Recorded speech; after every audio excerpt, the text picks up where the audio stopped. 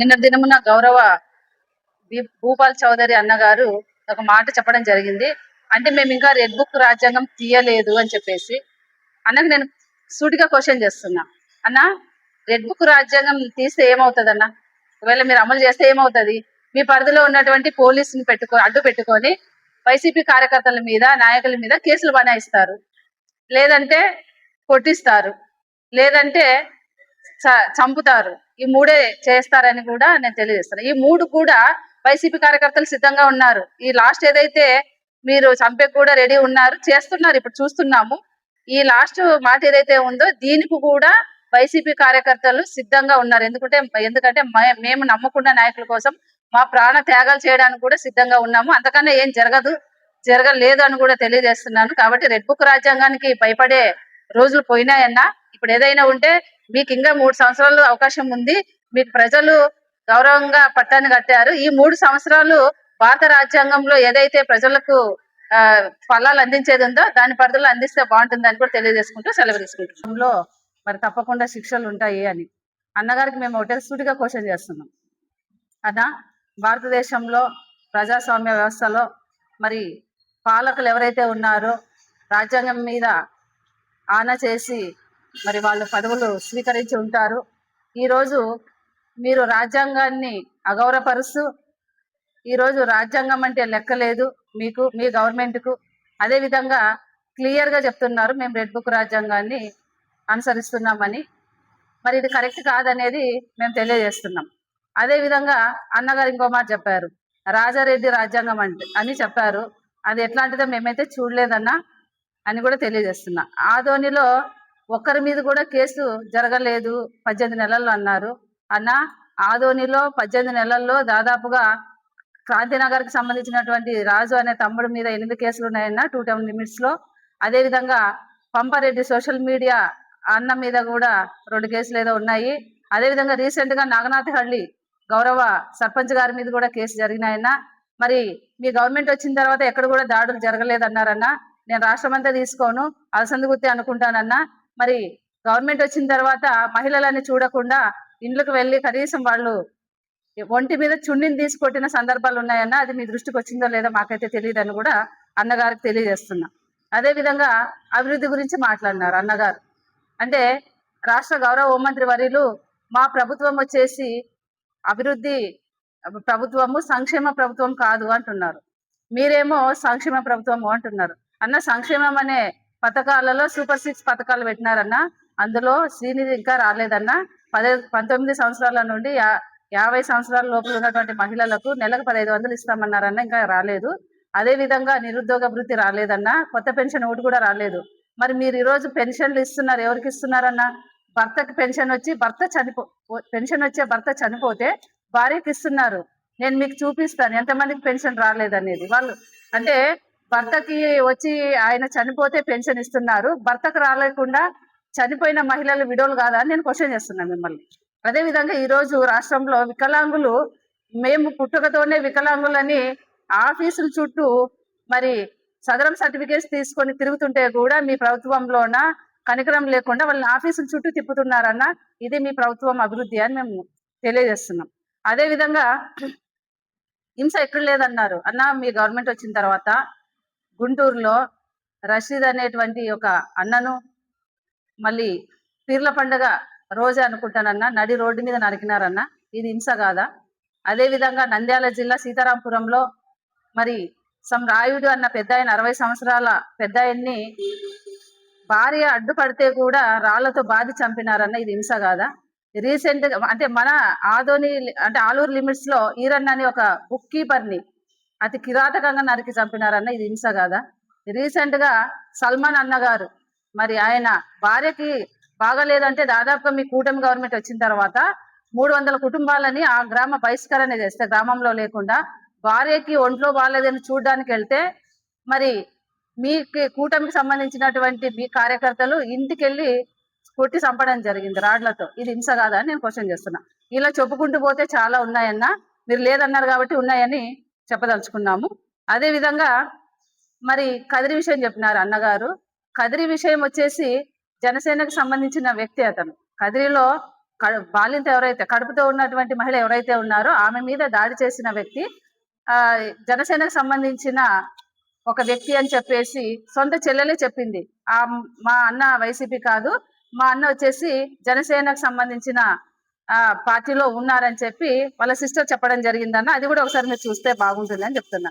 అదే విధంగా ఈ రోజు మీ గవర్నమెంట్ లో ఎలా ఉంది అన్న అంటే, మనం రీసెంట్ గా రైల్వే కోడూరు చూసుకుంటే బాధితురాలు వీణ గారు మరి ఆమె మొత్తుకుంటుంది, నాకు అన్యాయం జరిగింది, నాకు 5 సార్లు అబార్షన్ చేయించినారు, మరి ఈ విధంగా నన్ను మోసం చేసినారు అని ప్రజాస్వామ్య వ్యవస్థలో ఒక అసెంబ్లీకి ఒక పెద్ద దిక్కుగా ఉన్నటువంటి ఒక అరవ శ్రీధర్ అనేటువంటి ఎమ్మెల్యే మరి మోసం చేసి దగా చేసి కడుపు చేసి అబార్షన్ చేపిస్తే మీ గవర్నమెంట్ లో ఎవరి మీద కేసులు, బాధితుల మీద కేసులు. ఇది అన్న మీ అభివృద్ధి అంటే అని కూడా తెలియజేస్తున్నా. అదే విధంగా టీడీపీ పెద్దలు మరి చాలా మంది మాట్లాడుతున్నారు, అంటే వైసీపీ వాళ్ళు మాట్లాడితేనేమో బూతులు, అదే విధంగా టీడీపీ వాళ్ళు ఒక్కరు కూడా అన్ని కూడా ప్రవచనాల్లో చదువుతున్నారు అన్నట్టుగా మీరు మాట్లాడుతున్నారన్న. ఒకసారి ఈ వీడియో వినాలని కూడా డిప్యూటీ సీఎం గారు విద్యాశాఖ మంత్రి వారు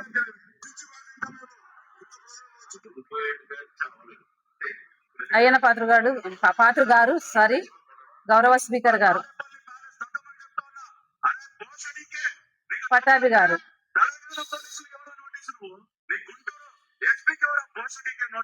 లంచ కొడుకు అన్నారు జగన్మోహన్ రెడ్డి అన్న గారిని. ఇది అభివృద్ధి లేదు అనే మాట అన్నగారు మాట్లాడడం జరిగింది.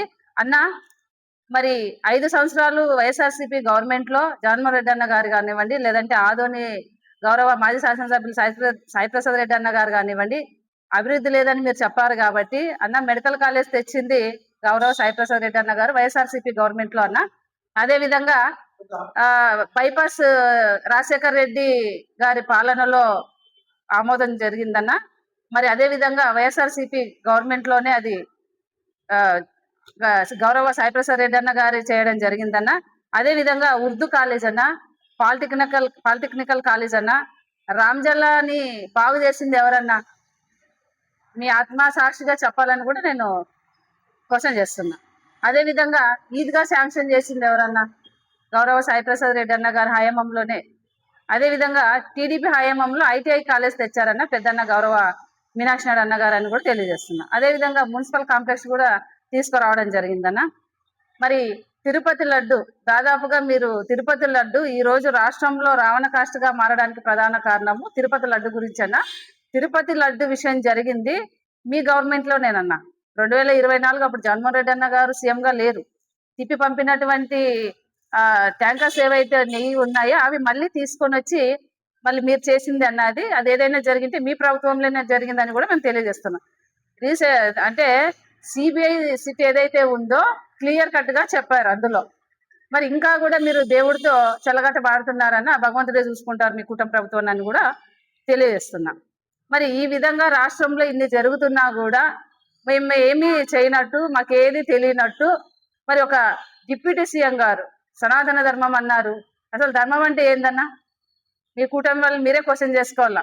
ఈ రోజు మీరు రెడ్ బుక్ రాజ్యాంగం అన్నారు, రప్పరప్ప అన్నారు అన్న. రప్పరప్ప అనేది కానీ లేదంటే రాజారెడ్డి రాజ్యాంగం అనేది కానీ వైసీపీ మేనిఫెస్టోలో లేదు. అది రప్పరప్ప అనే పదము పుష్ప సినిమా ఏదైతే ఉందో అందులో ఒక డైలాగ్. అది కామన్ గా చిన్న పిల్లలు కూడా వాడతారు. మరి అది పలకడమే తప్పు అంటే మీరు వెళ్ళి రాసిన రైటర్ అనాలని కూడా నేను తెలియజేస్తున్నాను. ఎందుకంటే ఈరోజు రప్పరప్ప అంటే మీకెందుకన్నా బాధ? సినిమా డైలాగు, ప్రజాస్వామ్యంలో ఉన్నాము, పలుకుతారు, తప్పేముంది? ఈరోజు రెడ్ బుక్ రాజ్యాంగం ఓపెన్ కాలేదు అన్నారు. అయితే ఏమవుతుందన్నా? పోలీసులు అడ్డుపెట్టుకొని కేసులు రాస్తారు, లేదంటే ఇంకా మీకు ఆనందం కాలేకపోతే కొట్టిస్తారు, లేదంటే ఇంకా పూర్తిగా ఇంకా మీకు ఆనందం కలగలేదంటే చంపిస్తారు. ఇంకా 3 జరుగుతాయి. ఈ లాస్ట్ పదం ఏదైతే ఉందన్నా సావడానికి కూడా రెడీ ఉన్నారు వైఎస్ఆర్సీపీ కార్యకర్తలు, వాళ్ళ నమ్ముకున్న నాయకుల కోసం అని కూడా తెలియజేస్తారు. అంటే ఒక నాయకుడు ఒక మెసేజ్ ప్రజలకు ఇచ్చేటప్పుడు చాలా పాజిటివ్ మెసేజ్ ఇవ్వాలా. నిన్నటి దినమున మళ్ళీ రెడ్ బుక్ రాజ్యాంగం అని మీరు అన్నారన్నా. మరి శివన్న గారు అనుకుంటాను ఒక అధికారిని పట్టుకొని డాష్ కొడుక అన్నారు. ఇదన్నా మీరు గౌరవించేది? ఒక అధికారిని గౌరవించేది ఇదేనా? మీ గవర్నమెంట్ వచ్చినప్పటి నుండి అధికారులంటే గౌరవం లేదు. వాళ్ళు మనకు సర్వీస్ చేయడానికి వచ్చినారన్నా. మనం ఉంటే 5 సంవత్సరాలు ఉంటాం. అధికారులు దాదాపుగా 32 సంవత్సరాలు ఏదో మనకు సర్వీస్ చేస్తారు వాళ్ళు. ఈ 5 సంవత్సరాలు ఉండేవాళ్ళు ఎన్ని నానా మాటలు అన్నారు ఆయన. శివన్న అనే ఒక పెద్ద ఆయన, మరి ఆ పెద్ద పెద్ద అనే మాట కూడా ఆయనకు వర్తించదు. ఒక అధికారి శివప్ప అనేటువంటి వ్యక్తి టీడీపీకి సంబంధించిన అన్నగారు ఒక అధికారిని పట్టుకొని ఆయన విధులలో భాగంగా చలాన కట్టించుకోవడానికి వస్తే మరి మీరు ఏ విధంగా వాళ్ళ అమ్మని తిడతారా అని నేను క్వశ్చన్ చేస్తున్నా. ఇదా మీరు మెసేజ్ ఇచ్చేది ప్రజలకి అని నేను క్వశ్చన్ చేస్తున్నా. కాబట్టి మనము సొసైటీలో ఒక నాయకులుగా ఉన్నప్పుడు మన మాట 10 మందికి మంచి అయ్యే విధంగా ఉండాలి, కానీ ఈ విధంగా రెచ్చగొట్టే మాటలు కరెక్ట్ కాదనేది నా ఉద్దేశం అన్న. మేము కూడా ఈ ప్రెస్ మీట్ పెట్టదలుచుకోలేదు. ఎందుకంటే మీరు ఇవన్నీ చెప్పినారు కాబట్టి మేము ఇవన్నీ చెప్పకపోతే మేము చేసే దానిలో లెక్క అంటే మేము చేసినా కూడా చేయకున్నట్టు అవుతుందని చెప్పడానికి ఈ రోజు ఈ ప్రెస్ మీట్ పెట్టడం జరిగిందన్న. 18 నెలల్లో కూటమి గవర్నమెంట్ వచ్చి అభివృద్ధి ఏం చేసిందో తెలియదన్న. 3 లక్షల కోట్లు అప్పు అయితే చేసిందన్న. అదే విధంగా కరెంటు బిల్లు దాదాపుగా 15,500 కోట్లు ఏదో ప్రజల మీద భారం మోపిందన్న. ఎక్కడన్నా అభివృద్ధి ఒకటి చూపియండి అని తెలియజేస్తున్నా. సరే 18 నెలలు అయింది, ఇంకా టైం ఇస్తారు. అభివృద్ధి అంటే ఏంది అనేది ఒకసారి చెప్పాలని అని కూడా తెలియజేసుకుంటూ, మరి ఇదే విధంగా రెడ్ బుక్ రాజ్యాంగం అంటే ఆల్రెడీ అది చెల్లని బుక్ అని తెలిసిపోయిందన్న. కాబట్టి ఆ రెడ్ బుక్ రాజ్యాంగానికి భయపడే వ్యక్తులు అయితే ఎవరు లేరన్నా. ఈ మాటలు మీరు వెనక్కి తీసుకోవాలని కూడా తెలియజేసుకుంటూ సెలవు తీసుకుంటున్నాను. నా పేరు శ్రీలక్ష్మి. నేను వైఎస్ఆర్సీపీ రాష్ట్ర అంగన్వాడీ కార్యదర్శిగా విధులు నిర్వహిస్తున్నానన్న. Thank you.